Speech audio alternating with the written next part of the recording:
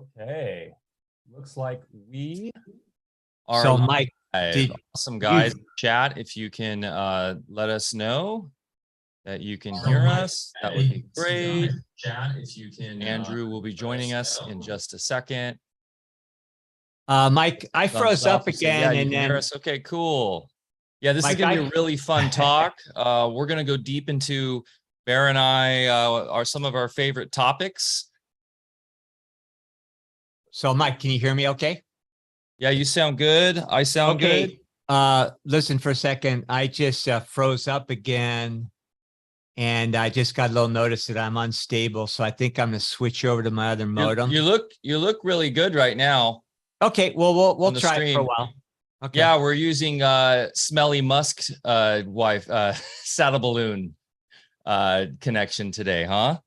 We're coming to you live from helium balloons. Amazing, the technology from Tartaria, how it shows up everywhere. Andrew is going to pop in just a second. We'll hit record. Really excited for this chat today, Bear. I've been talking, it seems like water has been coming up just about every day in my conversations of late. So this is really cool. Yeah, when Andrew comes on, we'll give him a proper introduction, but maybe you and I can just chat for a couple minutes here. It's interesting when you read The Fourth Phase of Water by Dr. Pollock. He rails against the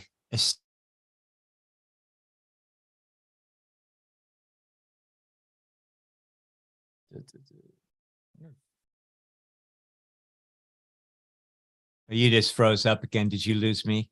Yeah, I don't know. Was that me or you? That's the question. This happened to me on one radio network the other day, so I'm gonna switch out. Yeah, I'm gonna switch out. Be right back.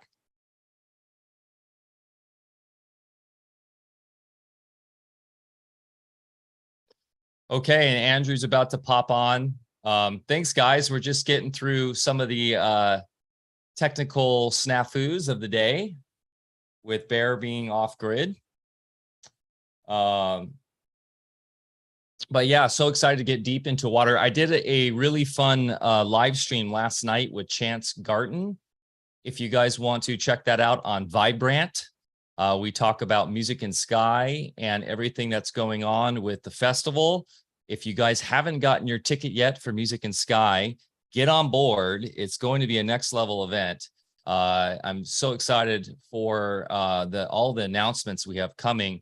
We'll have, okay, Bear, you seem to be good there now. Did you switch over? Yeah, I did. I switched over. So much for Elon. So much for littering the sky with lights. I went, I could even mention this a little bit on the podcast today because it does relate to water, but I was up in the mountains backpacking last weekend and with just my doggy, and I was out there, not a sign of a human anywhere. And here I am under the canopy of the stars, the Milky Way, looking at Sirius and Altair and vibing out and everything. And then here they come across the sky, the stupid smelly musk balloons. And it was just littering the sky with, and I was just thought of you, Bear. I'm like, well, we'll see how well it does for us this week, if it's worth it. So we've moved back to the old technology, it seems. Yep. And, it has amazing speed compared to my old alleged satellite feed. But for some reason, when I'm on Zoom, everything just starts screwing up. So we've got a lot to talk about today, right? Yeah, I mean, this has been a very popular topic of late, and I think for good reason. I think people are really coming to understand the nature of consciousness and how it relates to water and our health and life. And I can't wait to see what Andrew's come up with, because we know he is an impeccable researcher, and he'll be popping on in a couple minutes. We had a little bit of a delay here, guys, so thanks for being patient with us. But yeah, Andrew always brings it with his research, and he's very good at tying things together. So this is going to be a great one. Yeah. And what were you going to say about Gerald Pollack? Because you were going to say something about good old Jerry and the fourth phase of water, and then we lost you. Well, not to demean him at all. He's done some great work and he is, avant-garde, relative to the rest of the scientific community because he is trying to break new ground. But what's interesting as he rails against the established community for not accepting new ideas, it seems like there's more of a reticence to accept old ideas. And he might even be in that school. I don't know, because a lot of the answers that he seeks have been right under all of our noses for a bunch of centuries. So hopefully we can, I want to hear more from Andrew and I don't want to talk over him at all, but you and I definitely need to do a whole thing of water on our own because there are very simple explanations for primal water, for what Pollock comes up with the fourth phase of water, which he calls easy water. All of those things can be explained in a way where you're acknowledging universal patterns. And it would also bring to us all the technologies and means to verify what water really is in order to apply it on the ground for all the solutions we seek. So I'd like to get more into that. And of course, old school, we get into alchemical principles, but alchemy from a standpoint that it's within the context of a Western understanding and also integrates what we think we know about chemistry, but then also taking chemistry more into a waveform mechanics context. And all of a sudden, things become crystal clear. And we are living in the age of transmutation. And when you look at water, that's all we're talking about is four elements that are in a moment-to-moment transmutational process, one becoming the other in a full circle where matter is being compressed by the data from the original forces that create the ideas in the first place, and then the second half being radiated at the same time to go back up to create this compression radiation field that incorporates the ethers and data being compressed through the four levels of ether, and water being the most instrumental one of those because it's a fixed element and it's what carries the final information to the carbon earth cycle where we experience manifestation. Mike, oh, there you are. Wow. So that is going to be a really fun talk. And I love that you bring up primary water because we will be having, there's Andrew. We will be having Andrew. Russell Anderson on from Clearwater Research, I believe is the name up here in California, doing amazing work on primary water research and stuff. So that'll be a really fun talk. Just one final comment. Primary water is actually the second stage of water, not the first. So, Andrew, good to see you, my friend. Glad you made it. Hi, Bear. How are you? We're doing great. Excited for our talk today. And I will take blame on this. It was my bad on the original scheduling. We were going to do a different time than the normal 10 a.m. and I forgot. So thank you, Andrew, for being so gracious with your time today and working with us. That's okay. Schedule is always tricky, especially, when I have my kids as a single dad. So these things happen all the time. And it's right now it's perfect because I have a long window where they're at camp. So there will be no distractions. Well, that's great. So I'm going to go ahead then and hit record and honor your time and get this podcast started. So here we go. Really excited for this one today, Andrew. We already kind of got everybody primed on what you'll be delivering today. So the audience is warm and ready to go. So let's do it. I'm going to hit record. And boom, we're back for another episode of Alfacast. I'm Mike Winter, and I'm here as always with the wise and beloved Dr. Bear Paul Lando, coming to you live and direct from the beautiful azure, crystal clear primary waters of the Smith River here up in the great state of Jefferson, where freedom still reigns supreme. Summer is in full kicking motion. We are loving our life here.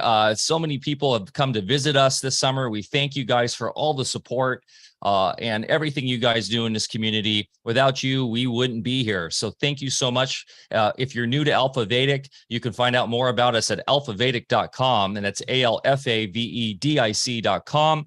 Our new private membership platform will be launching there soon, so please join our mailing list to get notified of that. You can also join us on our Telegram group at t.me/Alfa Vedic.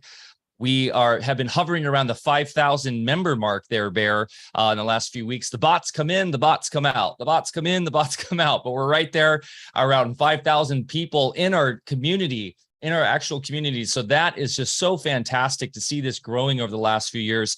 As I said, as I've been saying for forever, Andrew, the coronation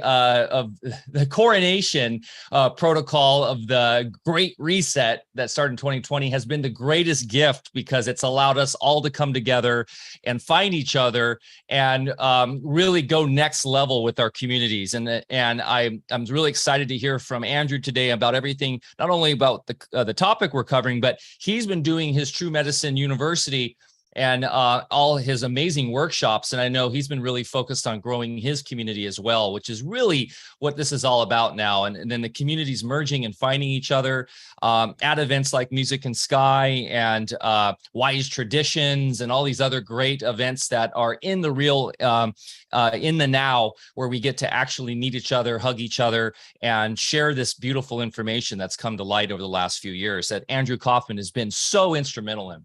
Bear, Lando, exciting one today. Any quick points, housekeeping points before we invite Andrew into the discussion? No, but I was about to say the same thing. You know, the real silver lining in the last 2 years is that we've been brought together with some remarkable people. And Andrew, you are certainly at the top of that list. So we feel very blessed to have you in our lives and just your input. And I really mean it when I say this. I look at you as perhaps one of the most courageous voices over the last 2 years, because you took a lot of risk. You spoke the truth.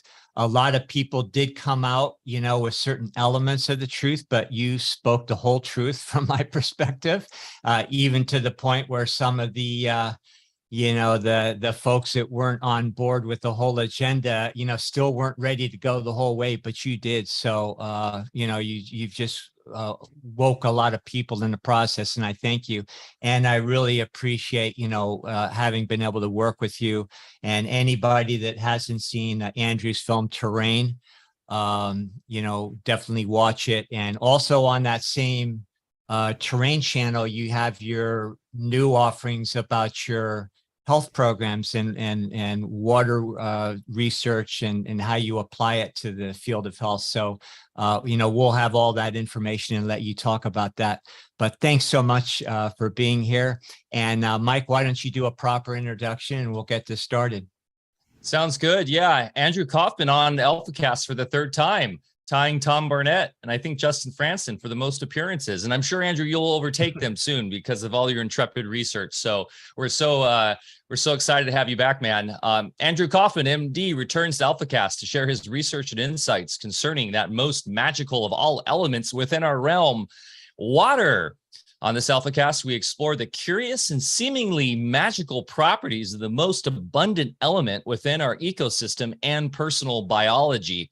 Master investigator Andrew Kaufman, MD, joins us to share his personal insights based on his ongoing research into the nature of water, including its importance in the field of natural medicine. Long revered by the alchemists of old as the seed of life, this ubiquitous substance continues to confound the scientific community for its knack of ignoring all manner of conventional norm. We'll cover the many aspects of water investigation, including the so-called fourth phase of water, primary water, and structured water. We're especially excited to hear about Andrew's recent breakthrough discoveries to combat the chronic dehydration syndrome now affecting the health of so many, its implications on cell physiology, and his detoxification protocols. For those not already familiar with the renowned Andrew Kaufman MD, he has been a courageous voice shedding a different light on the alleged pandemic through his tireless efforts, including the production of Terrains Part 1 and 2. Andrew completed psychiatric training at Duke University Medical Center after graduating from the Medical University of South Carolina while earning a BS from MIT in molecular biology. Andrew believes that the innate wisdom of your body can heal itself from almost any insult. And ain't that true, Dr. Lando? Absolutely. So, Andrew, we have a lot to talk about here. Water is a pretty big subject since it basically comprises everything in existence. We've got, as Mike already said, structured water, primary water, the 4 phases of water, all these different kind of theories and concepts. And I was telling Mike before he came on that the author, who I appreciate very much, of the 4 phases of water, or the 4th phase of water, whatever it's called, it's right here, the 4th phase of water, he rails against the scientific community for being, let's just say, less than open for new ideas.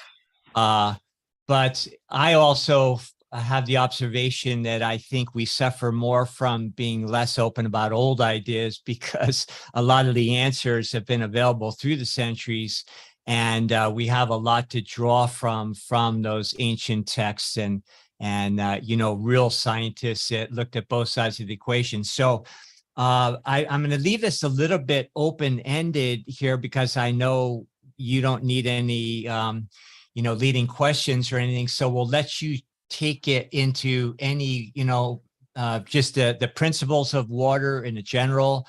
But what I'd really like to do is, if we could keep it in the context of not only your insights and research, but how you apply it within your True Medicine University, and how you have developed healing and detoxification protocols with that. So we'll let you take it away, whatever you think is the best way to start. And thanks again for being here. We really appreciate it. Well, let me just start by saying, I'm very touched, and I think, I feel like we have a very special relationship. And, right from the beginning, actually, before I went public with anything, when I was still doing my research, you guys were one of the best resources out there, because you're not afraid to talk about real truth. And so, of course, just seeing the material that you were covering opened up new avenues of research for me and really helped me uncover things that I did. And then, of course, once I was speaking out publicly, you're one of the first people that I reached out to. And, Mike was on the receiving end, and he was just, so receptive and welcoming. It was like we were already on the same team even before we met. So it's been, a fantastic collaboration. And of course, Bear, you were a key contributor to the film Terrain, as you guys mentioned. And I know that you have a film project out now, which I'm really excited to check out on Iconic TV, where they're also featuring Terrain. So, we really have kind of developed this network of people who, aren't afraid to really look at the whole truth, right? We're not at the beginning at the superficial level, like we've really are diving deeper and deeper. And, I don't know when I'll ever stop, but sometimes it feels like I have like some kind of compulsive illness to find the truth. And it's not just that I'm just like driven, like I have to know the truth in order for justice to be served, but it's also just fascinating. Like, I'm passionate about, the reason I went into medicine in the first place, and this was a curiosity that I experienced as a young child. I was fascinated by biology and how living organisms work. And every avenue that I could explore that, like I was there, and I was asking questions. Like when we went to the family doctor, I was, asking so many questions. He like gave me books from his office to take home when I was, 10 years old. And I really want to learn how organisms work, but I want to learn the truth. And once I discovered that, the things I learned at MIT, for example, and in medical school weren't actually true. They weren't really scientific if you looked at the primary evidence. Like, they teach you everything assuming, oh, this is true, this is the way this works. And if you go back like we've done and look at the evidence for that, you find out, oh, that's actually not the way it works. And then, like you said, it's so important to go back because much of this knowledge was contained in wisdom, some in ancient wisdom, right? And not just in one body of knowledge, but in multiple different bodies of knowledge in different cultures, right? And alchemy, which we're going to talk a little bit about today, is one of those bodies of knowledge, and it has been applied to health for quite a long time, right? And where we have like out of, it probably predates ancient Egypt, but at that point, it went different lineages, right? A lot of the knowledge was in the Arabic world and only later re-imported into Europe. And if you look at the mainstream scientists, people that we learn about in school, like Isaac Newton, for example, you see that they were all scholars of alchemical sciences before they, had their contribution that they later became famous for. And so you guys mentioned a little bit about the infrastructure I'm trying to build, but like similar to how you're building this infrastructure for, for botany and regenerative agriculture and that kind of thing, I'm trying to build an educational infrastructure to, teach average folks out there how you can take care of your own health for almost all issues. And then I'm also have this like apprentice fellowship training program now for professionals. And so far, I'm just working with MDs because that's my starting point. So I feel most comfortable adapting that knowledge base into natural healing, but I would like to expand. I'd like to even, have some kind of school, but I want to have a looser organization because I don't want it to eventually like become accredited or compromise the knowledge. It's difficult to establish something that will maintain that over time. But so I have various platforms with different types of educational offerings, for these purposes. And one of them is the terrain workshops, which, basically take the idea of terrain, the film, which is we started off showing how virology and germ theory are actually not based on real evidence. And then we transitioned to look at this kind of terrain model, which is not really a theory per se, but it's like I look at it as like an umbrella term which encompasses various theories that more accurately apply to biology and of course, healing modalities come out of this philosophy, right? Which essentially is to address the context, right? The milieu of the body, the environment, the ecosystem, and restore the balance there. And then the disease will resolve itself through these kind of self-healing mechanisms. So I developed a series of workshops where I teach about how you can apply that to various aspects of health.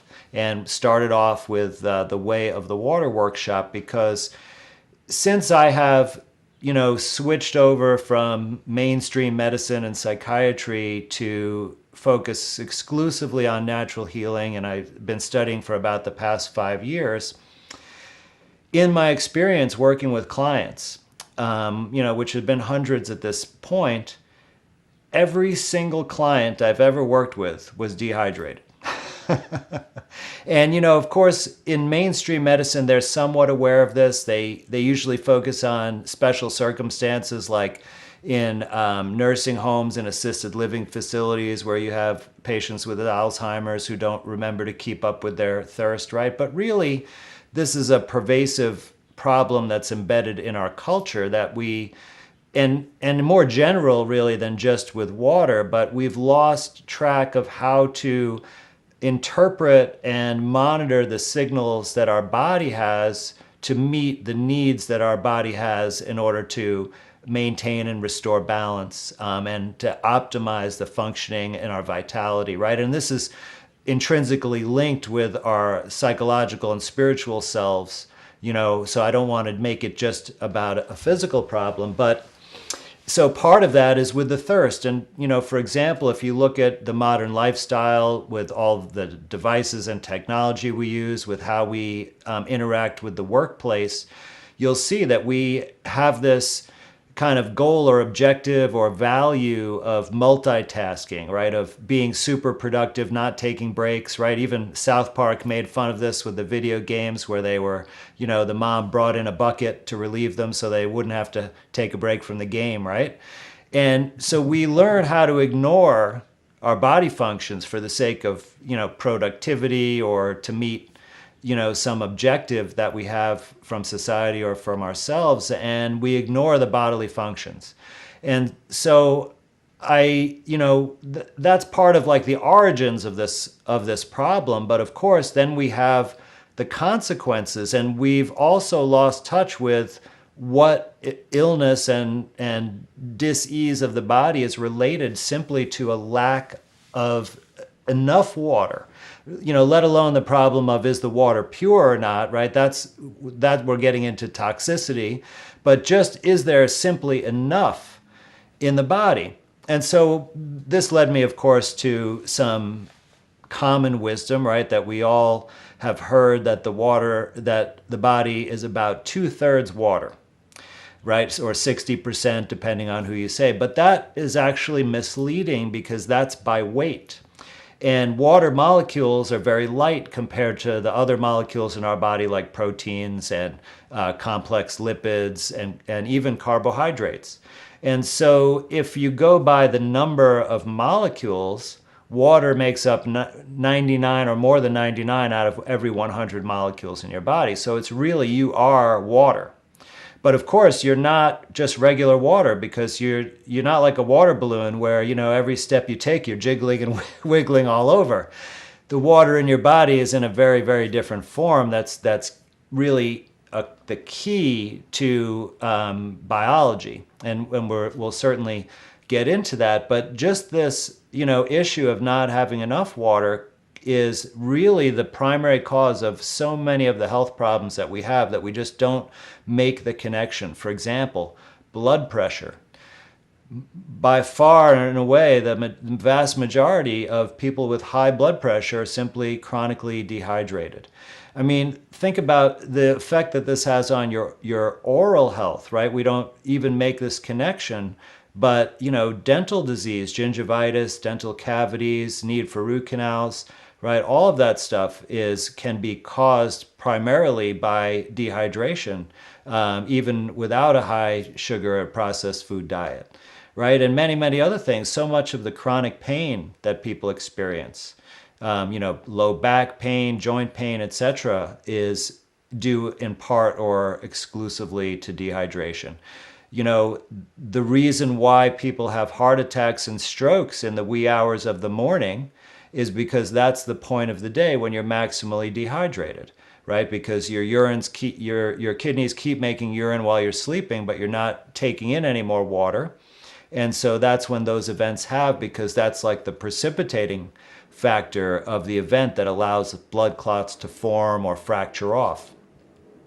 So what we have is not thirst, we have dehydration, that's pervasive among the population. And so, I wanted to learn as much as I could to understand why that's really a problem, and then to understand what's the actual optimal way that people can rehydrate, reestablish that, interaction with their body about thirst without having to, always consciously think of it or, set goals for themselves and keep track of it. But, how do we get back to that natural interaction? And a lot of really what I do in my consultations is getting the person or the individual back to a state of health and insight or mindfulness that they can start relearning how to pay attention to what's going on with the body. When we see people seemingly out of the blue suddenly manifest serious life-threatening disease,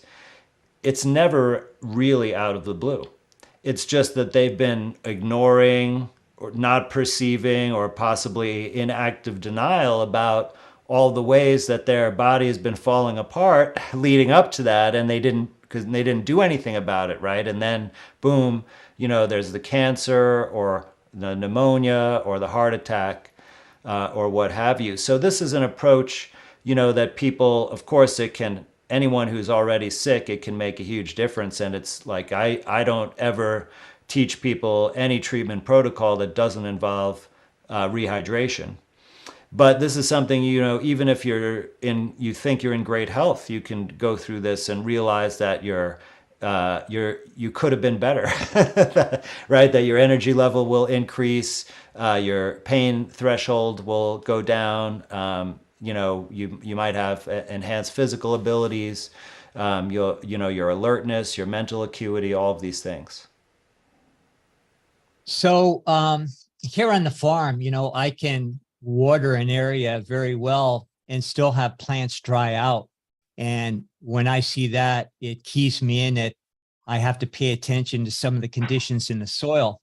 Having been a clinician also, I've come across a lot of people that are very conscious about drinking enough water, but they're still dehydrated.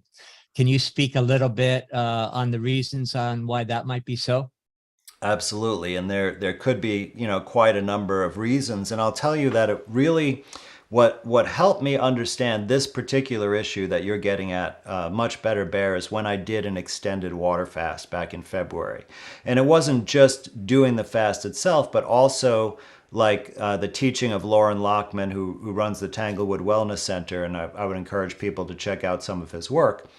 So, one of the things here is that even though you're drinking more, it could not be enough more. It depends on, a number of factors and your prior level of hydration. And it's also not something like I can't give you a questionnaire or take some measurements and tell you, okay, this is how much water you need to drink a day to stay hydrated.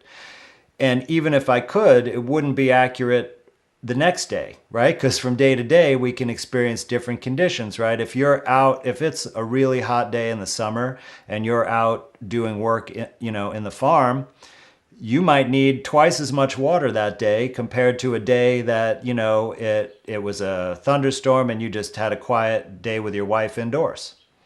So, you need to develop this relationship with your body so that you can do this more intuitively and not, rely on some arbitrary numbers.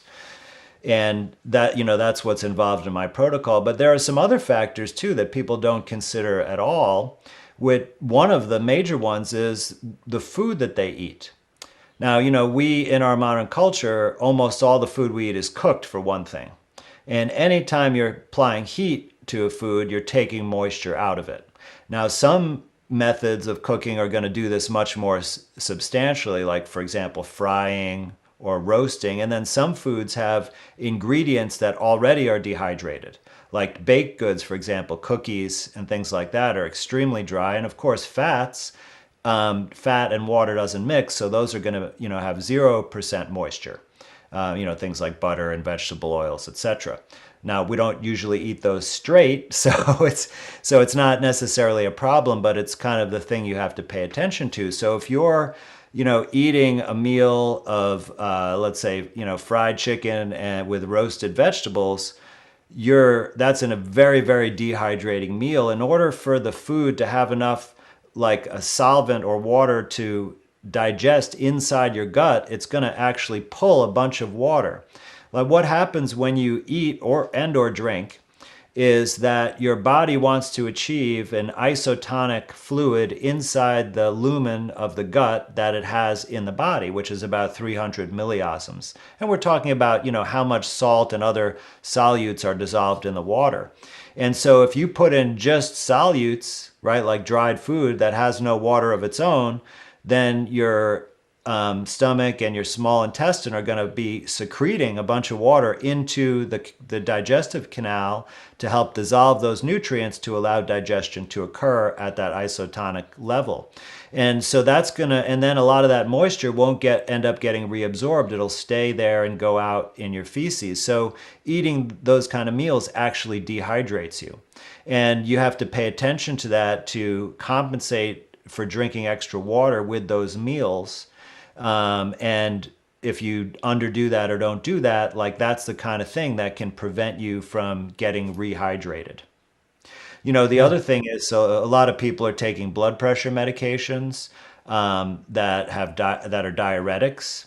And then also a lot of beverages that people drink contain diuretics that will, even though you think you're drinking a volume of a water-based liquid, it's actually causing you to lose that water plus a little bit more. And we're talking about, caffeinated beverages like coffee and tea and soda, and then high sugar beverages, which cause the osmotic diuresis like fruit juices and sodas and Gatorade, of course.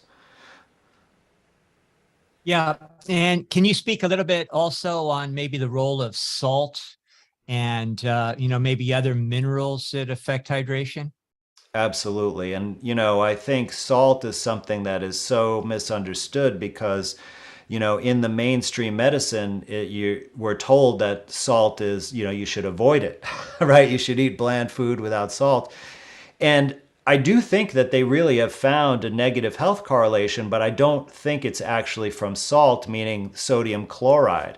I think it's from the preservatives because the foods that most people eat, which are high in salt, are high in preservatives. Things like canned soups, for example, or frozen meals, other prepared and processed foods, and they have all other kinds of toxic ingredients.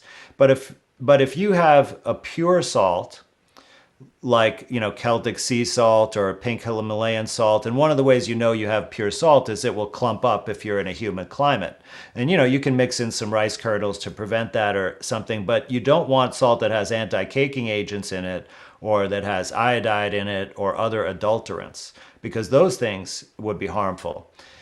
Excuse me. But salt is the most abundant mineral in our body, and of course we need it in our body, and we generally get it from food, not from water per se. So I don't necessarily recommend putting salt in the water.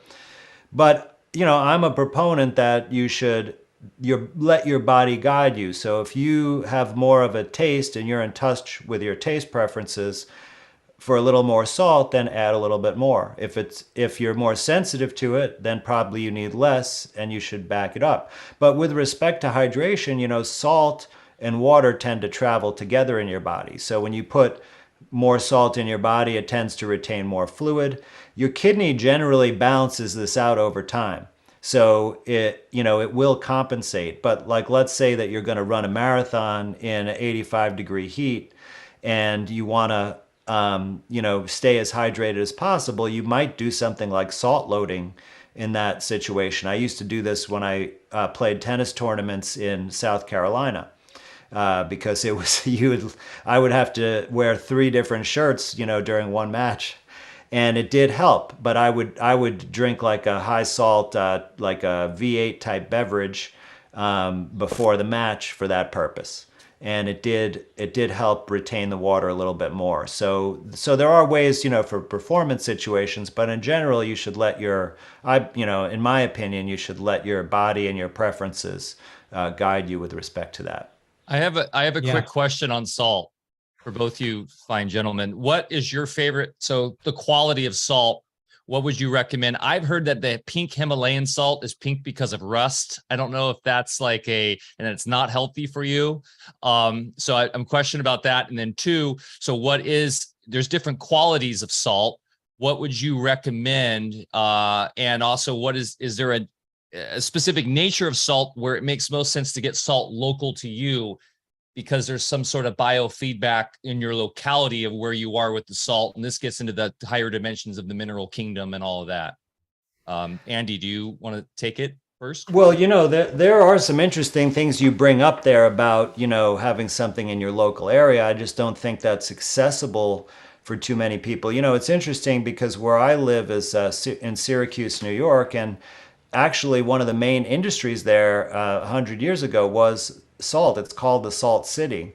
But all the operations are shutting down. Maybe I could sneak on there and grab myself some, but that might be challenging. And I haven't really done in-depth research on this to know if it really makes a difference. I think there are a lot of other things, like eating locally grown foods, I think is probably more important because you don't really find microbes in salt, but you do find them in food, but you find them different populations in different geographic regions, different environmental conditions. So for example, if you're recovering from antibiotics, which I don't recommend, I would suggest that you make your own sauerkraut and drink the sauerkraut juice to recover from that.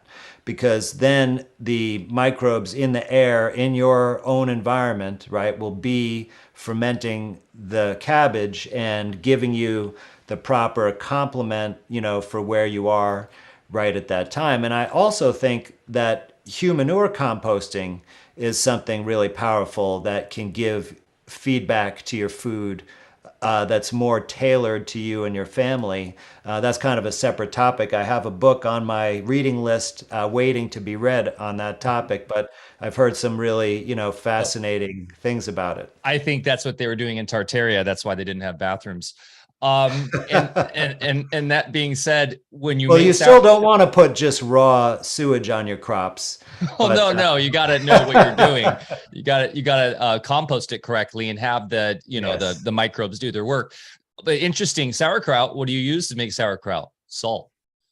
Bear, which I'm curious to hear your, because alchemy, salt, big part of that. Obviously, what's your opinion? Because we've been getting some messages like, what kind of salt are you using in your tooth serum? Why are you using Himalayan salt? Why aren't you using this local salt? Blah, blah, blah. People are really into their salt these days, which is good. People are getting fine-tuned into their tastes of this very important stuff. I'm just curious, Bear, what your opinion is on the importance and the qualitative aspects of salt. Yeah, well, when you do internet searches, I don't think there's anything that escapes somebody's criticism these days, including pink salt. I have found no problem with pink salt, but that's a different subject. In alchemical processes, you use salts in quite a few processes to create a deliquescence where the salt is very good in creating liquids, and you'll use different kinds of salts in order to precipitate liquids, and that's a whole different story. One thing I might add, though, is if you look at the 12 cell salts, there are 3 cell salts in particular which are sodium based. You have natrium muriaticum, which is responsible more for just the general distribution of salts. You have natrium sulfuricum, which prevents water from accumulating too much where you don't need anymore. And natrium phosphoricum is responsible for pH balance of the water. So that's another thing, we're not talking about just common salt, but they are the salts of the 12 main cell salts that are very important for water, and they really need to be present in the bloodstream of all of us, in order to properly distribute and balance water out. So this, so Bear, this is an interesting topic. And the fact that you mentioned the sodium phosphate as buffering, that is what they commonly use in biology laboratories for buffering also, the, PBS, phosphate buffered solution. So, I wonder, did they get that from the biological system? And so, but, one of the things a principle that I believe is that essentially there's biological transformation, right? So that if we provide the natural form of these elements like the phosphorus, the sulfur, in the appropriate balance and proportions, right, with good nutrition, that our body establishes these specific salts in the exact right proportions in the right locations, right, to achieve the optimum physiology. But I am curious because there are, preparations where you can actually take these salts and ingest them directly. What do you have any experience, or are you aware of any, evidence that in and of itself would be beneficial rather than just getting them in the form of good nutrition? Well, I think in a perfect world, we wouldn't need to take cell salts because they are present in foodstuffs and in our water supply, in a good water supply. But that isn't the case anymore. Just people are so inundated with other things and so have so many impediments in their body that I think cell salt supplementation can be very beneficial.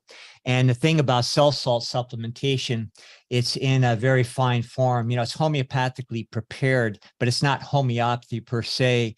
because it still has the elements in it, although they've been reduced to a minute size. But in that size, they can readily be absorbed, by the cells through the bloodstream.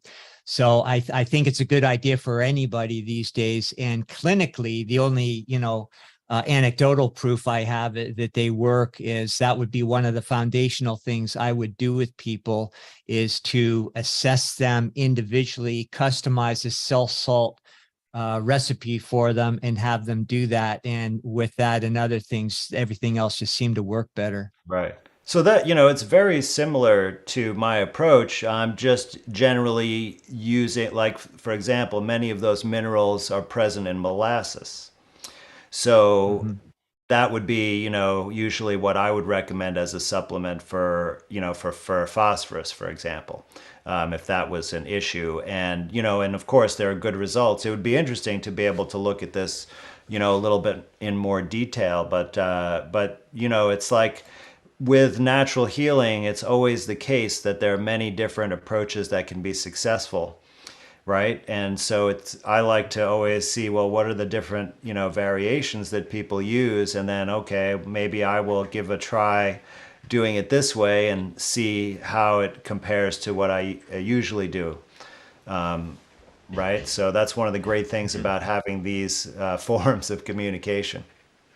Yeah. And I think the best research laboratory is your own body. So with that in mind, would you mind sharing a little bit of your personal experience as far as your extended water fast? Yeah, absolutely. And I'm glad you bring that up because I have a very similar approach. Like if I hear about, some type of therapy out there, first I look, is there anecdotal evidence that it really, people can recover from serious disease? And then if there is, the second thing I do is I experiment on myself with it. And, even though I may not, have a serious disease, I can still make observations about the effect that it has on my body. And then if I observe real effects, because many times I've tried things and actually haven't been able to observe any change. And then I've heard similar from other people with those particular agents. And, because there's so many things that are recommended. But, the things that have produced a noticeable beneficial change for me have had dramatically beneficial effects for other people who I've educated about. And so I think it's a very powerful way of looking at things, and it's completely lost from the allopathic medicine. In fact, you wouldn't want to try any of those pharmaceuticals. There was a resident in my program who tried Risperdal, an antipsychotic, one time, and he said it was the worst experience he'd had. Like, he said he felt horrible. And but of course, he still prescribed it to other people. But I've never felt horrible, from any of these things that I've tried that I can think of. I might have smelled a little bit bad, but I felt good. So, and you had some healing happen, right? Doing this when you first got into it? Yeah, absolutely. I mean, right from the beginning, things improved. That I was like, the first time I tried a healing protocol, it was based on Kelly Brogan's book. And it was because a former colleague of mine was having anxiety problems, and she came to me and I said, hey, do you want to try something different? Because she'd already been to a bunch of doctors for the anxiety anyway. And so I said, I'm going to do it with you. And we did it even though I didn't have anxiety issues, but all these other things like got better, for me, that I was like, I didn't know they would even be affected. And of course, she went into remission from the anxiety. So ever since that, everything that I ever talk about in depth, I've tried. So of course, I've done the turpentine protocol several times, for example. I've been taking the shilajit for a long time. I did coffee enemas. I've worked with various chelating agents. And then most recently, as you were asking about, I did a water fast. And this is something that, I just knew almost intuitively was a very powerful tool for healing without ever trying it myself. But I did experiment. I did several 3-day water fasts, and I noticed that those were beneficial but not dramatic. I devised a 30-day healing protocol for myself last September, and I started off with a 5-day water fast. And that 5-day water fast was so beneficial that I didn't really make any additional progress the remaining 25 days. Like, it was like all the work was done. And so that really propelled me to want to do a longer one. And then it was just a matter of when can I do it in my schedule? Because to do a fast properly, you can't have a full workload. You can't be preparing meals for other people or doing chores. You have to have time to rest. And really, to do any major healing protocol, having those conditions is going to make it so much more effective. So I was able to work out an arrangement, and thankfully, Leah and my team really picked up the slack, and I just worked a couple hours each day. And then I tried to rest as much as I could. And I did it, I wanted to go to Costa Rica because they have an amazing facility there. And you really are sequestered. So, when you're there, there's really no distractions. I mean, they only give you like 15 minutes a day to check on the computer or the telephone, with your family or whatever. And then that's it. But I couldn't really do that and just, leave my family and everybody for, 100%. So I did it from my house, which you can still do it successfully. And, it was a really amazing experience. There were moments, of course, that were challenging, but overall, it's not like you're sitting around starving all the time. In fact, like after 26 days, when I started eating again, I wasn't really hungry. Like I was looking forward to the experience of eating, and I enjoyed putting the amazing like strawberries and watermelon in my mouth and chewing it, but I could have gone longer without eating, So most people kind of are afraid that they're going to be starving, but what really, and I think this is a critical thing, because the biggest lesson I took away from fasting, and I haven't fully conquered these yet for myself, is that we have food addictions, serious food addictions. And that's really why people have such a hard time changing their lifestyle. It's not a matter of willpower. It's a matter of understanding and overcoming these addictions. And during the first day of fasting, that, this might happen if you skip breakfast, if you're a breakfast eater, that you start getting, kind of squeeging and writhing and, in your belly, right? And we have been taught or commonly accept that is hunger. But if you think about it, like you get that, you ate, less than 12 hours before. Does your body really need more food so soon? Like, are you about to starve to death? Like, do you have no energy? You can't get out of bed because you haven't eaten in 12 hours, right? That's not the case at all. And so he's told us, he's like, that is not hunger. He said that is essentially a cleaning cycle of your guts. That it's like the ring cycle, or in the washing machine, that it's basically, squeezing out the crap that's built up from, the crappy food you've been eating. And of course, if you then go and eat more, it interrupts that process, because your body can't, you can't clean your kitchen and cook a meal at the same time. If you're in the middle of cleaning, you have to stop cleaning to switch to cooking. And that's what your body does. It stops cleaning and switches to digestion. And that provides relief from the kind of feeling that we've grown to look at as uncomfortable. And that gives us a false sense that we actually were hungry and we satisfied our hunger and our body is showing appreciation. This is what I was saying about being out of touch with your body's signals before, a great example of it.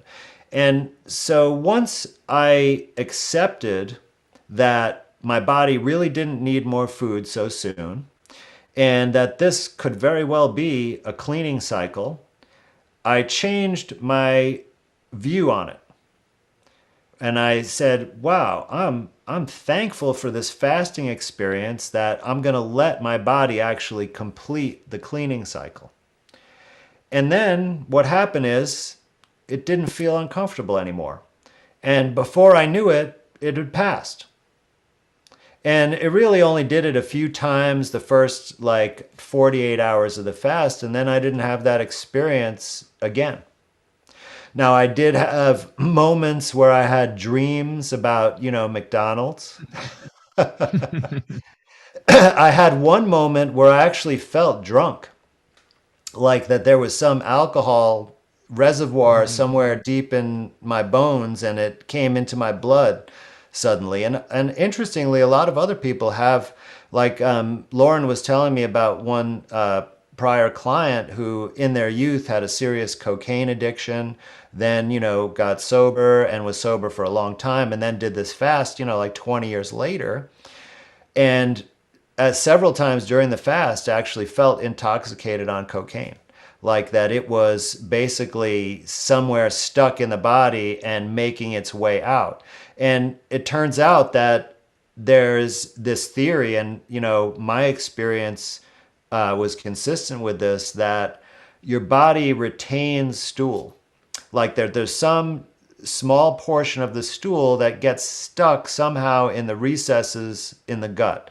Like maybe, like Lauren's theory is in the jejunum, that there are all these folds and kinks in the last part of the small intestine, and that in those bends that there'll be like, a band of this really hard fecal material, right, that gets stuck in there.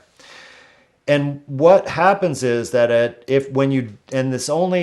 your body only clears this stuff out when you do a longer fast, like 21 days seems to be the magic number. And then you start having, usually it occurs after refeeding, because your bowels, for the most part, shut down during the fast after the first few days. And I mean, I had occasional like diarrhea like that. I think it was my liver cleaning itself out, but there was no solid stool until this hard stuff came. And I had one episode of this at one of the last days of the fast, and then a few days into the refeeding is when it really started coming out. And basically this like hard as a rock stuff that, it takes a while. You have to sit on the pot for a while. It's not easy to get out. And sometimes, also it might smell quite horrific, like not like a usual stool. And so, it seems really that our bodies just hold on to this stuff, and then occasionally it leaches into our blood, like across the intestines, and can precipitate illness and gets stored in other places in the body and is a real source of disease. And it seems that the fasting process, which leads to moving this out, results in substantial therapeutic benefit in terms of improvement of serious disease that's already manifest, like, things like cancer, but also as a way to like improve vitality and, prevent that kind of serious disease from manifesting in the future, although that's, of course, harder to prove. Was there any gold in those nuggets? Maybe that's the true alchemy going on there. Wow. Real quick question. When you're doing the water fasting, was that distilled water, or what kind of water was that? Well, now, at their facility, they actually have primary water from a spring on their property. So they have the best, kind of water there. But I used the same as my normal drinking water, which is reverse osmosis water that is stirred with the analemma water wand. So, what people don't really understand is that fasting is actually nutritive, and everything you're describing, of course, you're wringing out the sponge, cleaning out all the nooks and crannies. And then when you do eat, you can, you have much more absorptive surface. Since you brought up primary water, do you have any thoughts on that as far as why it might be a good idea or what it is in the first place? Well, I have been looking into this for a couple of months. I read at least one interesting book about it, which really kind of talks about the history of how it came into the modern knowledge and then how it was rejected by the mainstream. But, I'm blanking on the author of this book. I'm sure you're familiar with it. But in the beginning, there is a foreword from Aldous Huxley. And he was aware of primary water.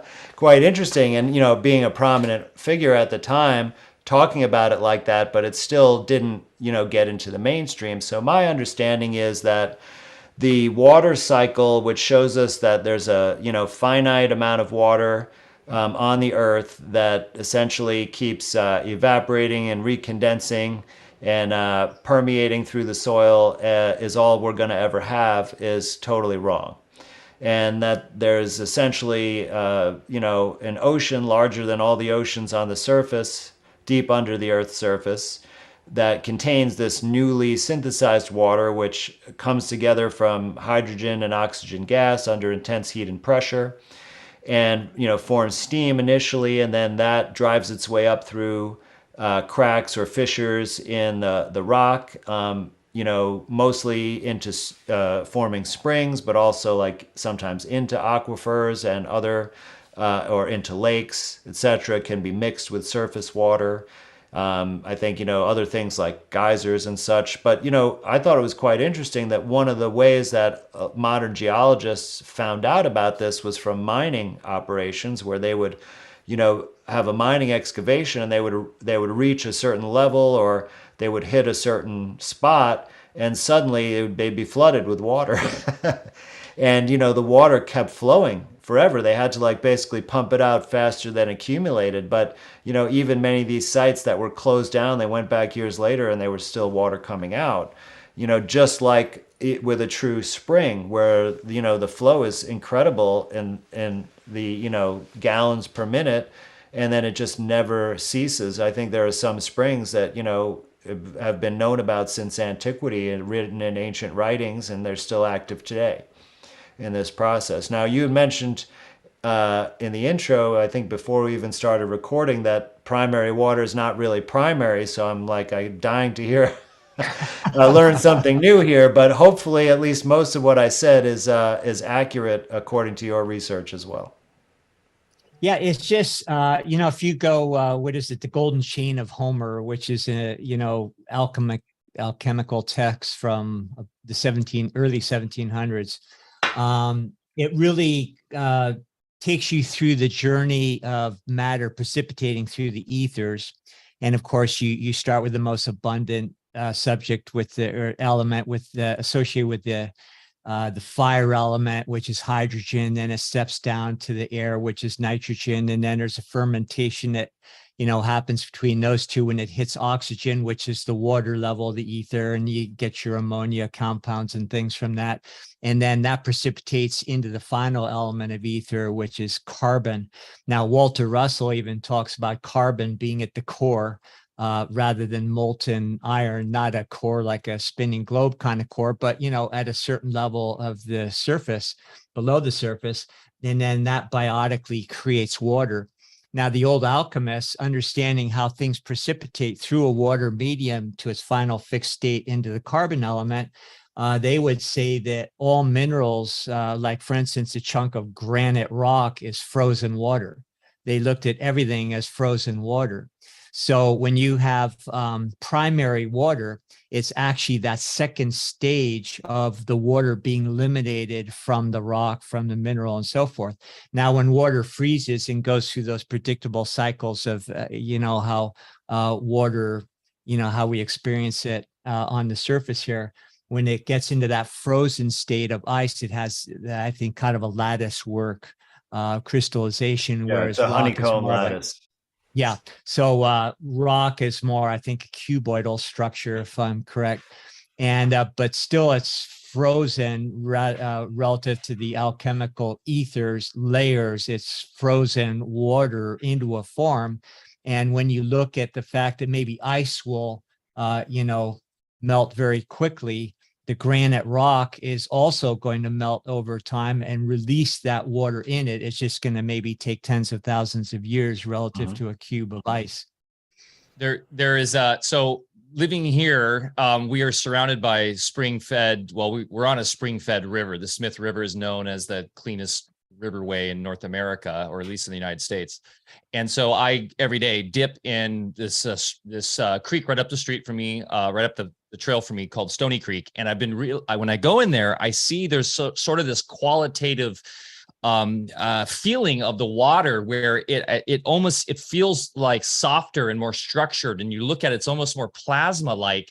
And I feel like it's been getting more and more like that recently. And with the talks I've had with Russell Anderson, which we'll have on in September, and I've shared, Andy, he recently had an interview that I shared with you, and he's been researching primary water forever. What they're saying is right now, this is the primary water, which is consciousness, is connected to this sort of consciousness of us, right, through the ethers, and that it's actually now bubbling up more and more, and the qualitative aspects of it are changing in relationship to our consciousness.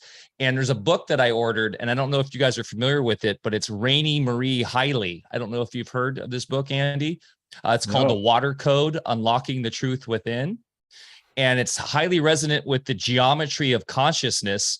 She says, water discloses that it is coded to release Earth's Akashic records at this exact moment in human evolution, a moment when the collective vibratory frequency has opened the floodgates of truth.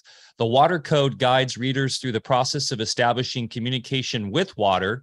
And this is going to, take us into the fourth phase of water and structured water and communication, all that. The water code guides readers through the process of establishing communication with water. Instruction is offered to aid one on the journey within, facilitating an increase in personal frequency by making and drinking harmonized water, integrating color, and balancing and energizing the 13 chakras. The water code is more than just a book. It is an act of compassion on behalf of water, offering humanity the insights and tools necessary to facilitate Earth's transformational jump into a new era of harmony, freedom, and truth. And I think this is a really powerful idea that the water is here. It's coming up. The primary waters are coming up now as we transition in through this great awakening.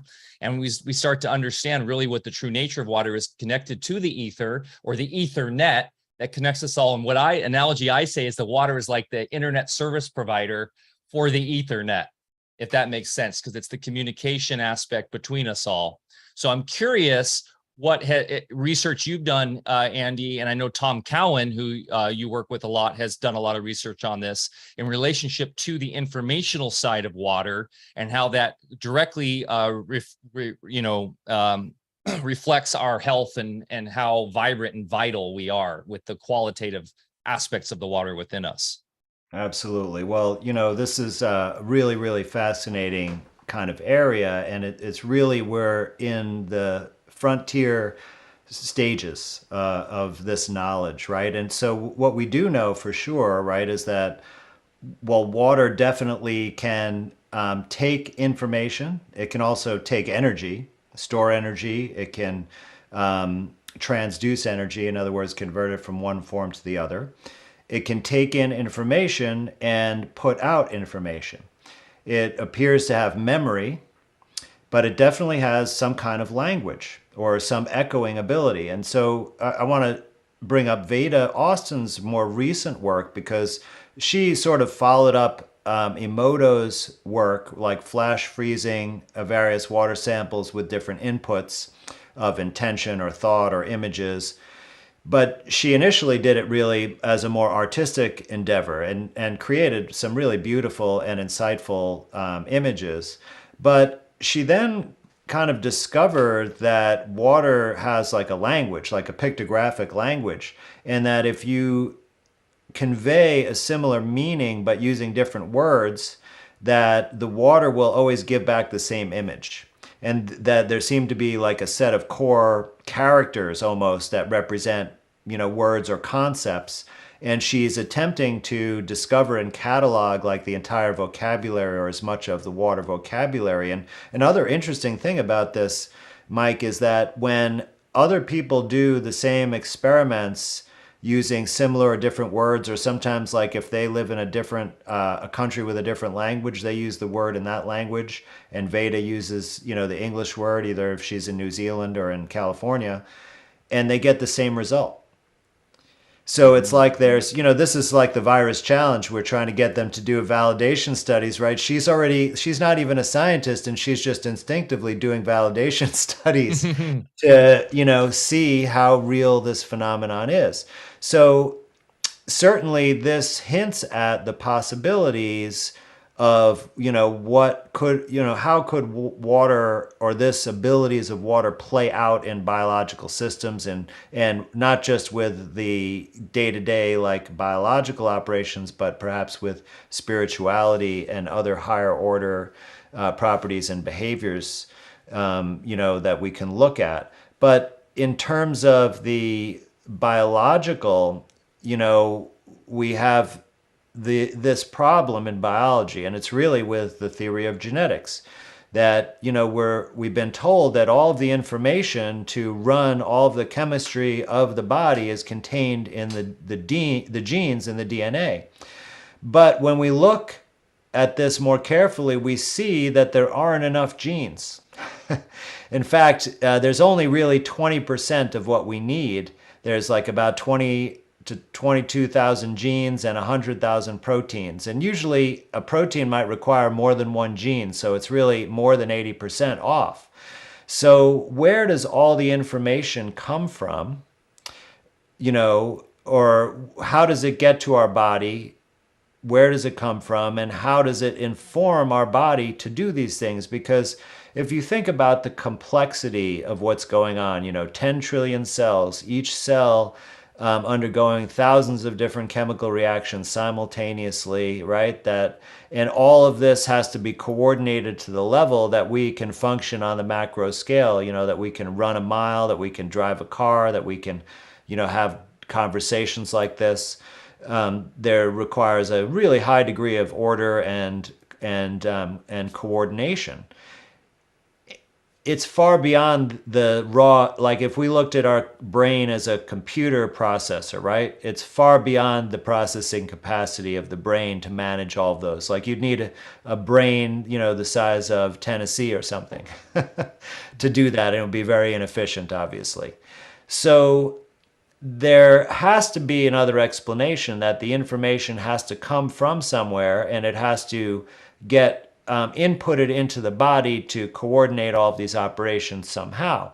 And if you look at a distributed network, that would be the easiest and most efficient way that this could occur. So in other words, like each little part of your body could separately get the information and instructions rather than it coming to a central location and then be distributed everywhere. But of course, these models are both possible. So what I think is, a really interesting thing to look at is, so the information could be contained in the form of electromagnetic waves, whatever frequency band or type of waves, we don't know, right? But we could start just looking at the Schumann resonance, because we know that that occurs in a natural system, and we can, go from there. Or maybe it's multiple frequencies, and then it is received somehow by the water. Now, there may be some special interaction between water and DNA, like Tom Cowan has a hypothesis about that actually, that when water surrounds a strand of DNA, that the water actually forms a helix, and perhaps the helix could act like an antenna to receive this information. Antennas that humans design are generally straight, but we know that a coil has certain electromagnetic properties, right? Any current that goes through a coil, for example, generates a toroidal magnetic field. And we know that we have toroidal fields in the body, right? Around the heart, around the whole body, etc. So, there's, I think this is a kind of very preliminary area. I mean, I'm interested in if the author that you described feels that they've really decoded all of this signals in water. That would be fascinating to look at. I just want to, make sure that all that information has been validated, because we're going to find some incredible information out about how this thing works. Someday for sure we'll have much better understanding that we have now, and I think it's going to blow all of us away. But it's a very young field, and it's important to be a little bit cautious and make sure that, because a lot of people are, for example, in this space, have products to sell, to make your water better and improve your health. And that's of course, it's a conflict of interest against just understanding, the truth about how water works. But there is so much potential, and I want to definitely get into a little bit more granularity. But let me let you guide where your interests are, Bear, with respect to this topic. Well, one comment is that the deeper you get into this, it's hard to figure anything out without acknowledging that there must be some kind of creative intelligence in the universe. Absolutely. And then when you go back to the ancient texts again, which is where I always have to go because they make more sense, and I've been able to prove a lot of those concepts out in my own experience.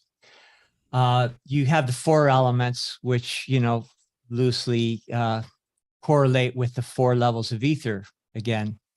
Now, they create three attributes that make up the animal kingdom, the mineral kingdom, and the plant kingdom.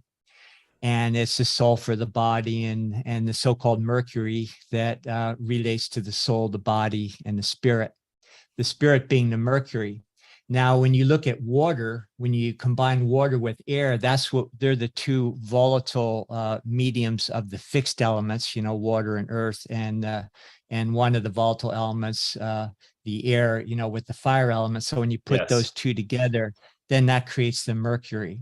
Now, the mercury is the mediator between heaven and earth, so to speak, between those original progenitor electrical vectors coming from consciousness, and then also with the earth medium, which is where things really, meet the ground and precipitate. And at the same time, water is part of the fixed earth element with the earth element that precipitates matter. So water has this interesting role in that it's a mediator between the two and also part of the fix. So just looking at it from that schematic, you see how if you put it in more Western technology or Western thinking, and we're thinking of compressing data waves in toroidal fields rather than the ether, then we're taking that information, compressed data, which becomes, water is a transmitting utility of that. And so it all starts to make at least a general sense as far as how that is possible, where water has such a vital role, carries the information, and at the same time is a medium that fixes it into precipitation. So that's what I would add to that. But maybe if we can segue with that into what you're starting to get into, is how do we put all this into some kind of practical application?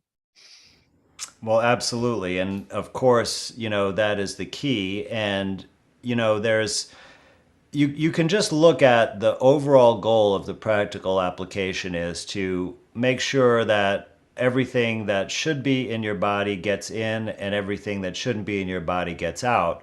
And then to get to that point from where you are now is essentially an alchemical transformational process. And so, we're focusing kind of on water today primarily, but it is a little bit artificial to separate that out of the equation, right? And really, when I work with individuals, it's largely about like, let's transform your entire being, right? Your body, mind, and spirit into one of a, I don't want to say a higher level, but of a, superior vibration, right? One that is enhanced and more developed and advanced than your current, right? And that could mean that you're able to, do more sports with your grandkids. It could be that you're able to improve the conflicts in your relationships because now you have, more composure and perspective, right? And it can mean that you will have a closer connection with the Creator as a result of this kind of a transformational process. So, but for today's purpose, because I'm launching a course to teach you how to do this called the Alchemical Detox course. That's going to come up, I believe, on September 10th is the first webinar of that course. We're going to launch it in the next couple of weeks. And I'm going to really, my aim is to teach both the average man or woman, but also health professionals, how you can not only like understand what are the different aspects of how you would undergo such a transformative process, but that you would at the end be able to customize a personalized process for yourself, right? And for your specific condition, your sensibilities, your strengths and weaknesses. And that's the kind of power where, you'll never need help from someone after that. You'll be able to sort of access this really, really powerful process. But if we just talk about, the water, there are definitely a number of challenges. So one is, how much do you start with? How do you know how to adjust that from day to day? How do you actually go about sipping the water itself? Right? There are some people who just want to chug all, like, you say, oh, drink a gallon of water a day. They like chug a gallon of water in the first hour and they're like, oh, I'm done. That's not going to be effective. Right. Well, and there's this idea that water is a solvent, right? So yes. I know like Tom Barnett says a lot that the best structured waters go eat an apple, because you're getting the actual structure right out of the fruit and you're not flushing everything through your system. So I'm just curious also to see your opinion on what that idea is in terms of the solvent and how you should take that in. So yeah, well, no. So I have like a 30-day protocol that I've developed, how, and you can do this, by the way, without changing your lifestyle around. Like you can still work your regular job and care for your family while you're getting rehydrated. And it's sort of an entry point, right, into really undergoing a health transformation, but it'll have major benefits just on its own. And so part of that is that you have to, during the protocol, my instruction is that at least 50% of each meal should consist of raw food. And I mean really raw, like I'm talking really about salads and fruit. Those are the main thing.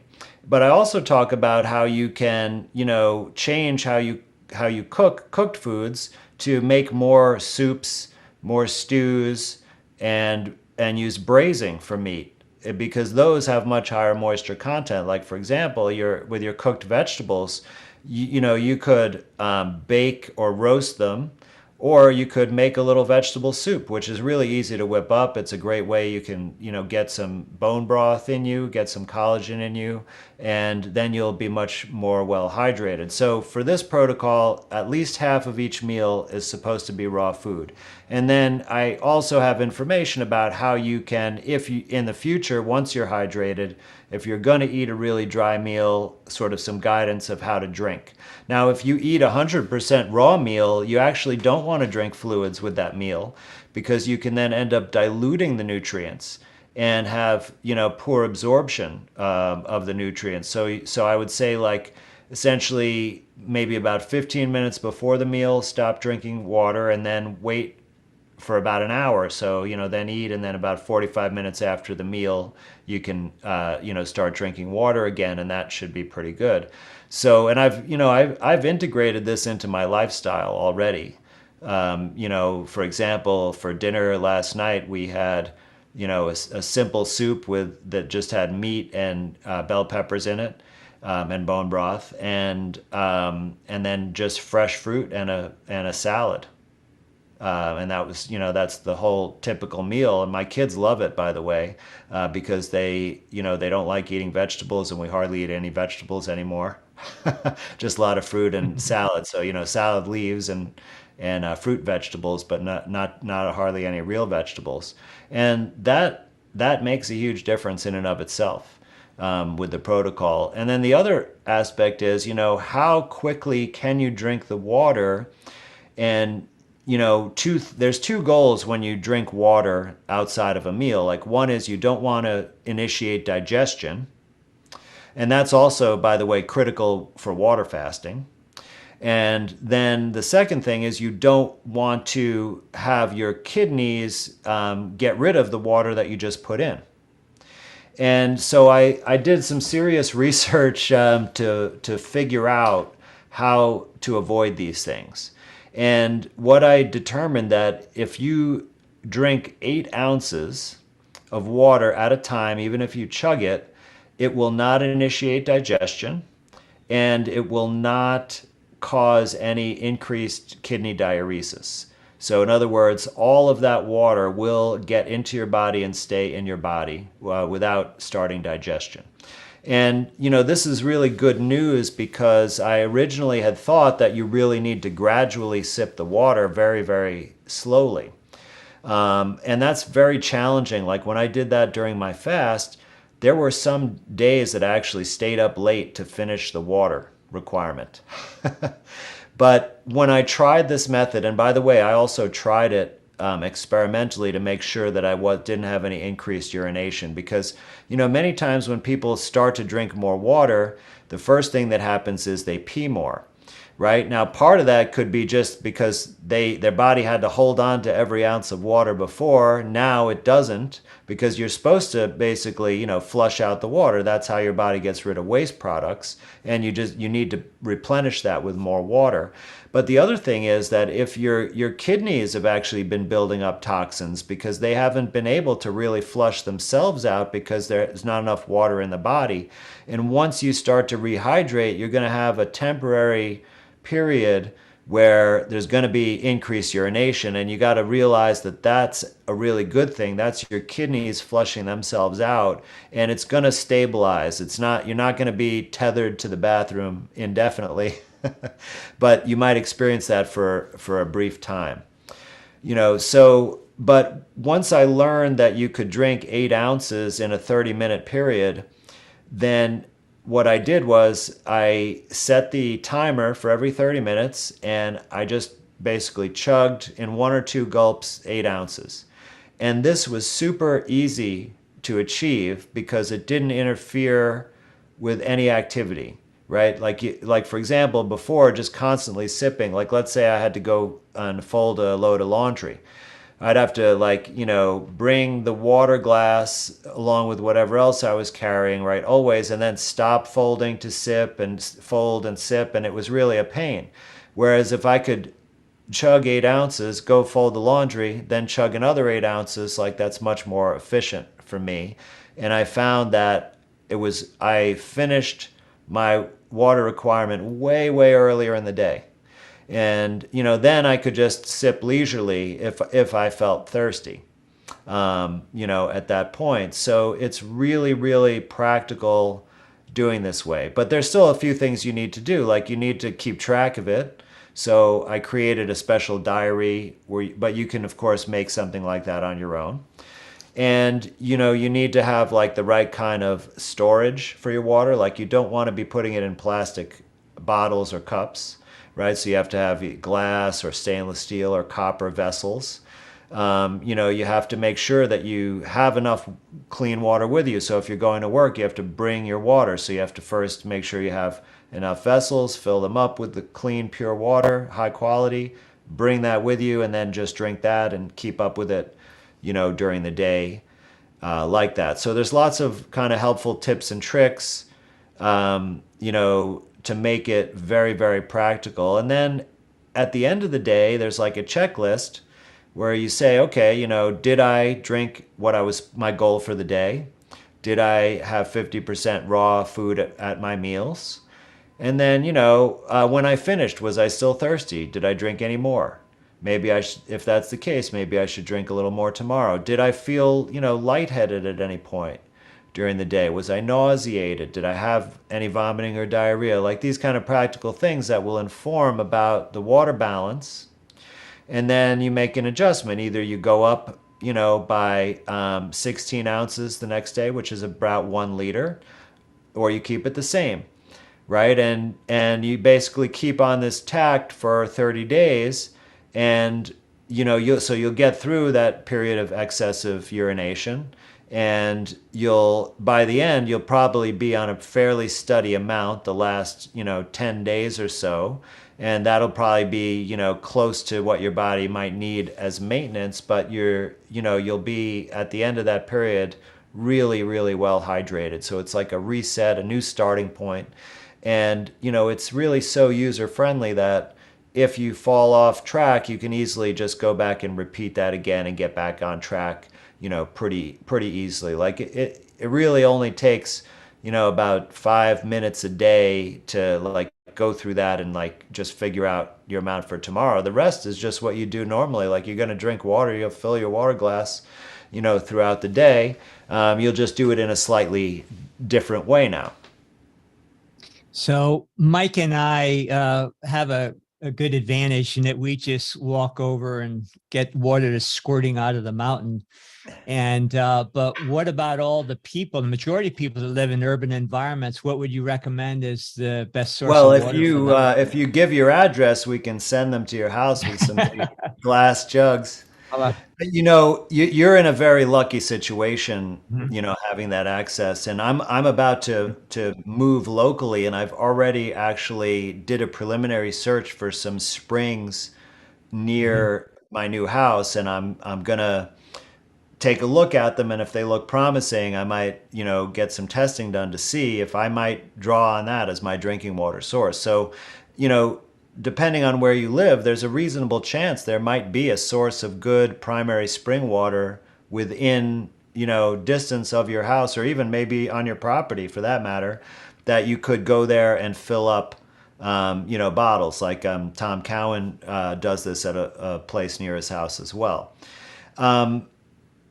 So, that would be definitely a lovely option if you were able to do it. Now, as far as like buying water, that, if you're going to buy any water that's going to be really pure enough to drink, you're going to spend a lot of money, most likely. So, because, the grocery stores or whatever, they only sell water in plastic bottles, except for some, spring water, but you'd have to investigate the particular source and to determine if that was really good quality water or not. Because many of these things are really just marketing gimmicks, and it's not really spring water, even if it says it on the label. So, then you're kind of left with, what water do you have access? Most people have, tap water either from a municipal system, like city water, or they have water from a well. Now, just because water is from a well doesn't mean it's good quality water. Wells can be contaminated with agricultural, industrial, runoff and pollution, including heavy metals, and they can have parasites, all kinds of nasty things. So you want to make sure that your source is, clean if you do have well water. And it's, by the way, it's possible well water could contain primary water. You just don't know until you know. But if it smells, sulfury, or it tastes really salty, chances are that you're going to have to purify it by some means. So for purification, I recommend primarily two methods, which is one is distillation, the other is reverse osmosis.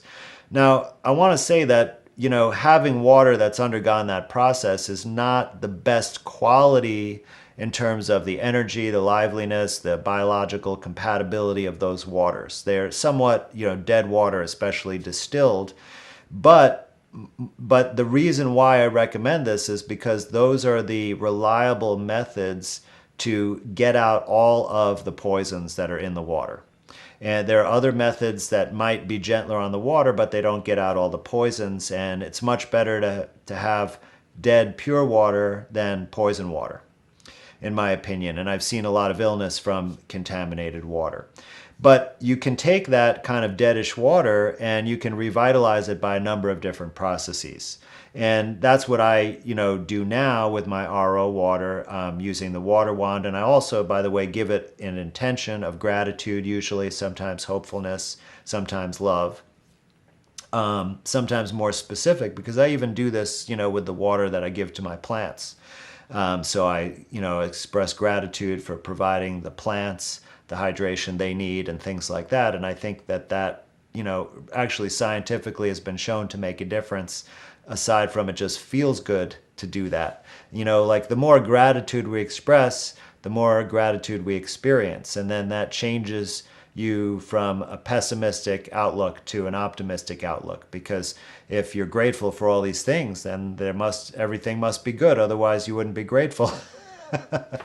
Yeah. So it's a really positive thing. But there are many other things you can do to revitalize the water. Like you can pour it through a vortex funnel. You can agitate it, to help oxygenate it and aerate it by, stirring it into a vortex, or many other ways you can do that. There are other devices that use magnets and crystals and, various things. And I mean, if you listen to Tom Cowan, he has like a 12-step process. He must spend half the day preparing his water. Right? So you can really get intense about this. But every time that no matter what particular process or material you use, just putting your energy into it to improve it is going to have the effect of improving it. Right? And Because water is able to get this indirect communication from us, and it seems to really want to work with us in a mutually beneficial way, or even provide a service to organisms in some way. So I think that it really, you don't, other than just making sure the starting water is pure enough, there's many things you can do that are to your sensibilities, to really make that water vibrant and energized. yeah, and the work of Veda and Emoto, they've kind of proven that out as far as your intentions and thoughts. Have a big a big say about the quality of your water, which also proves the seemingly magical properties of water. In biogeometry, we have little things like this that we put water on that just have geometric shapes that actually convey the golden mean energy, the 1.6, that is Yes, the very golden beneficial. ratio. Yeah. So, just setting your water on that for a half an hour, it really changes it, and you can actually test the change. One thing I just wanted to mention, I mentioned it to you on our private call the other day, just kind of talked about it briefly, and that water, we're talking about rainwater, which is technically distilled, but even when water has been distilled, there are elements in it that never leave. And, that's been referred to as actually water stem cells, in some circles. And there are laboratory processes that I know firsthand that actually do this. And it's an elaborate process that, we don't want to go through. But the end result, you put the water, nothing added to it, through a fermentation process. And in that fermentation process, you derive what's called a gur. It actually develops. And this is distilled water. And it's already been through many distillations, not just one. And then that gur, it looks like a little hairy ball in there. And then there's a way of distilling that out, isolating it. And then you do processes with the other water that becomes concentrations of the different elements in that water, and they're all distinctly different. Now you can water that gur and put that through, with the fire element, the earth element, the air element, and so forth. And then that water will then grow actually the three kingdoms of nature. You'll get primitive plant sources. You'll get mineral substances. It's remarkable just out of distilled water. So there's something in water, there's some kind of information there that never leaves it, no matter what you do to it. And the old alchemists knew about that, and their processes brought that back to life to create the three kingdoms. So very interesting work. And one of the things that I'm involved with now is we're trying to procure a new type Bear, of microscope. before you Yeah. change topics, I want to ask a little, so first of all, that it's really, really fascinating. And I would strongly encourage you to try to capture that process on video to show what the gur looks like, and explain in a little more, detail what exactly you're doing there. But when you're talking, it reminds me of pleomorphism, right? Of the somatids or protids, whatever you want to call them, right? That they can actually spontaneously generate into different life forms in certain conditions. And I wonder, is there like a water somatid, or maybe it's the same thing that is actually generates inorganic and organic that can generate all three kingdoms. So, what are your thoughts, or where do you, I mean, because you described like a primordial, form of water, right? That all these things sprout from, and that's kind of the same story as pleomorphism. Yeah, I believe they're pure informational fields that lack corporeal substance. On the other hand, somehow they get brought back to life. Now, this is ancient knowledge. I have peers that have done that. I've done certain elements of it. It's a lengthy process. You could take an entire year or longer to do this. I was talking to Adam Bigelson just the other day, and he gave me a source for a new microscope that both of us want very much. And so what I plan on using in this experiment when I get to the end product is getting a lot of this on video. Some people I know that have taken the process all the way to the end. In the animal kingdom, they even find these like little pin-sized things that squirm around in the water, and there's been a lot of speculation. Sea Well, what the heck are monkeys. those? Sea Yeah, monkeys.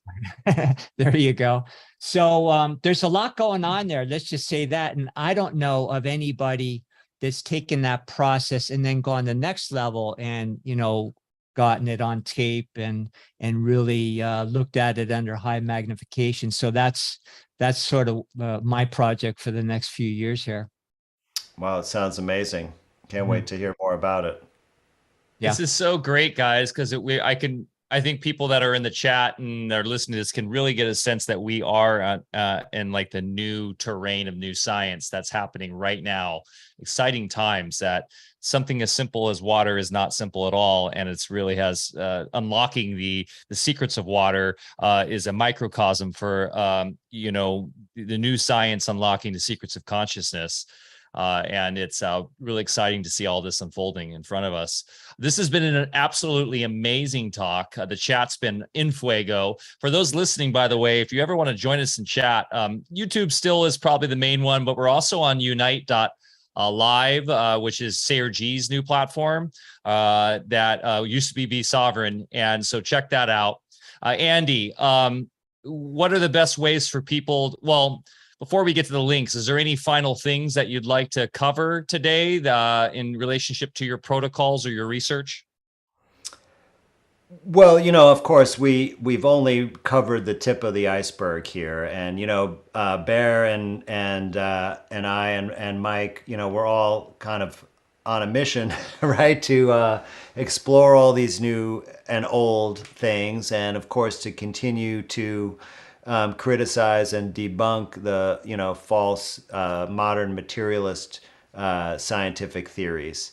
And so it's always a treat. And so if people want to suggest future areas of research, please do. But I'll tell you that water, pleomorphism, and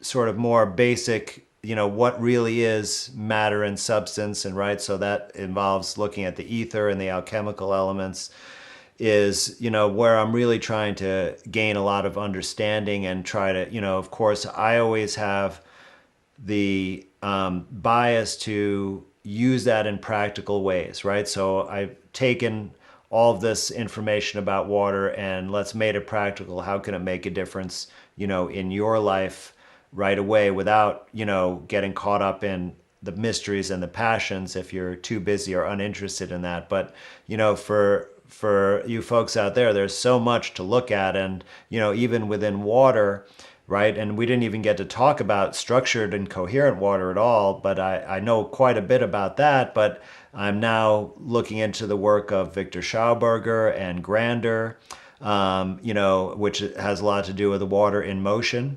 And those kind of properties. And so it's, there's so much really to take in this topic. It's amazing. It's crazy. I mean, we live on the plane of inertia, right?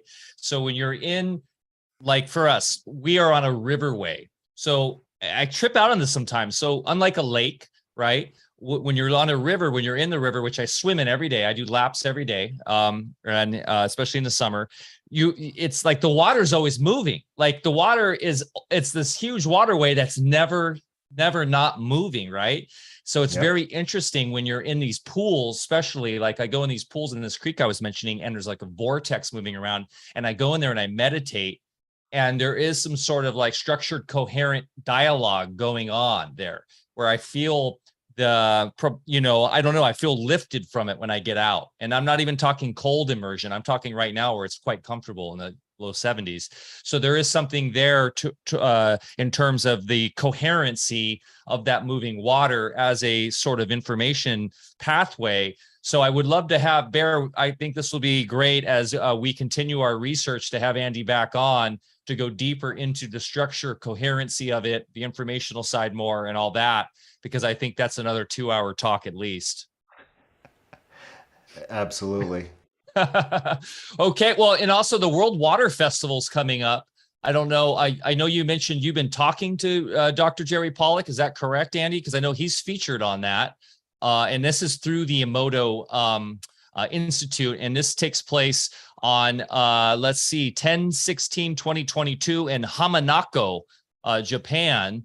And actually, some of the gentlemen that will be at Music and Sky, speaking on primary water, were just asked to talk at this as well, which is really cool. So, and Foster Gamble is actually involved with this as well, which is cool. So check that out. That's worldwaterfestival.net. So fantastic. All this is coming out right now.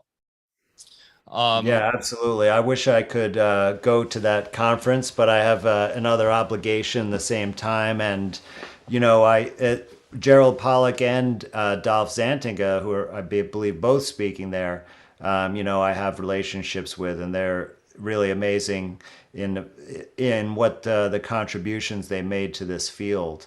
So I'll be interviewing Jerry in just a couple of weeks, so people might look out for that, because I'm gonna give him some challenging questions. Have So, you I'm sure interviewed he'll enjoy it. Have you interviewed Dolph as well? Because Tom Cowan did a fascinating interview with him a couple years ago or a year ago. And he has the company, is it I always say it wrong. Yeah, Analemma. Analemma. And I did have a wand that I purchased actually for my wife for Mother's Day. And then I broke it. It rolled off my desk and broke. But that is a fascinating technology. Have you interviewed him as well, Andy, yet? Absolutely. Absolutely. I just did my third interview with him, actually, and it's on my library right now, exclusive for my members only, but it will come out in another week or two to the public. And it was fascinating because, first of all, we talked a lot about biophotons, which is something that's really his foray into studying water.